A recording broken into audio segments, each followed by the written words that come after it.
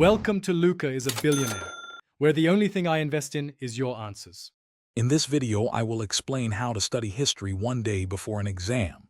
First, quickly review your syllabus to pinpoint the most crucial topics and major historical events.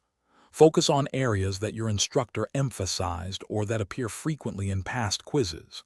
This initial scan, taking about 15 to 20 minutes, helps you allocate your limited time effectively. Don't try to reread everything. Instead, target the big picture. Next, engage in active recall. Instead of passively rereading, test yourself on dates, names, and concepts. Try to explain events aloud as if teaching someone else. Spend about 2 to 3 hours on this. Condense complex information into short summaries, perhaps 100 to 150 words per major topic. This process solidifies your understanding and highlights any gaps in your knowledge.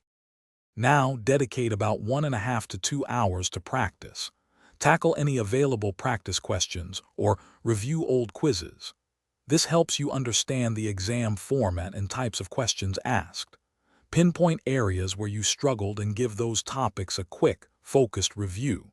Make a few flashcards for particularly tricky dates or names, aiming for 10 to 15 cards. Finally, prioritize rest.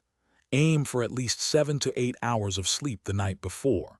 A well-rested mind performs significantly better than an exhausted one. In the morning, take 10 to 15 minutes to quickly glance over your concise summaries.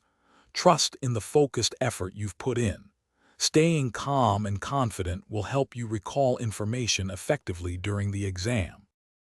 Thanks for watching and please subscribe. It's the best investment you'll ever make.